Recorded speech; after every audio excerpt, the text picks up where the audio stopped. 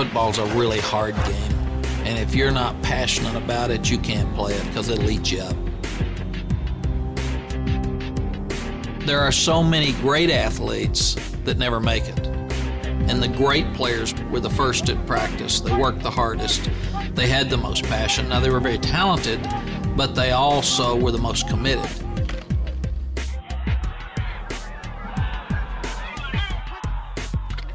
When I get the opportunity to evaluate our athletes, I look to see whether they have the eye of the tiger or not. I want to make sure that they have a passion and desire to be the best athlete that they can possibly be. You have to keep working to make sure that you stay ahead of your competition and that you're the best at what you do. We like for our guys constantly to be pitted against each other in competition because that's who they are.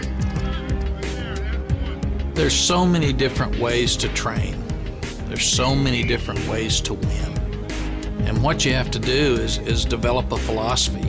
So basically, we're trying to get athletes as big as they can, as fast as they can, and as strong as they possibly can be. When you're pushing that heavy bench press, and you're pushing as hard as you can, you have to transfer that out to the football field because you have to be able to knock a guy off the line of scrimmage. Some folks are just weightlifters and they can't transfer all the hard work they did to the football field. You have to have functional strength and functional power.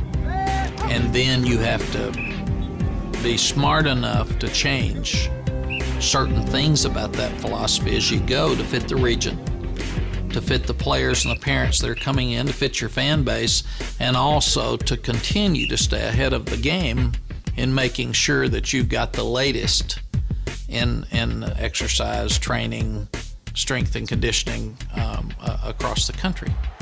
I wouldn't say that we do it better than anybody else, but we couldn't have possibly won this many games without being at the top of the game in strength and conditioning.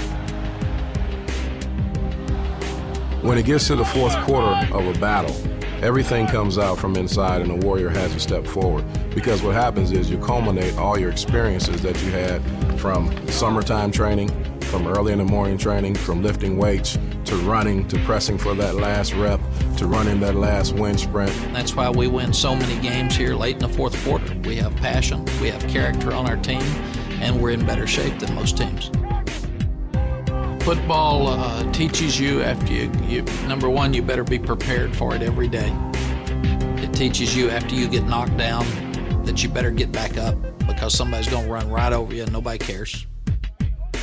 It teaches you to fight for what you believe in and the people around you, your family as such, and the things that you've learned that are very precious, and the things that you've worked for over the years you want to keep going. Find a kid that wants to graduate, a kid that wants to be here at the University of Texas, a kid that wants to be the best he can be, and a kid that's going to be a team player. If you're consistently good at what you do every day and try to improve that standard every day, you can become great at what you do.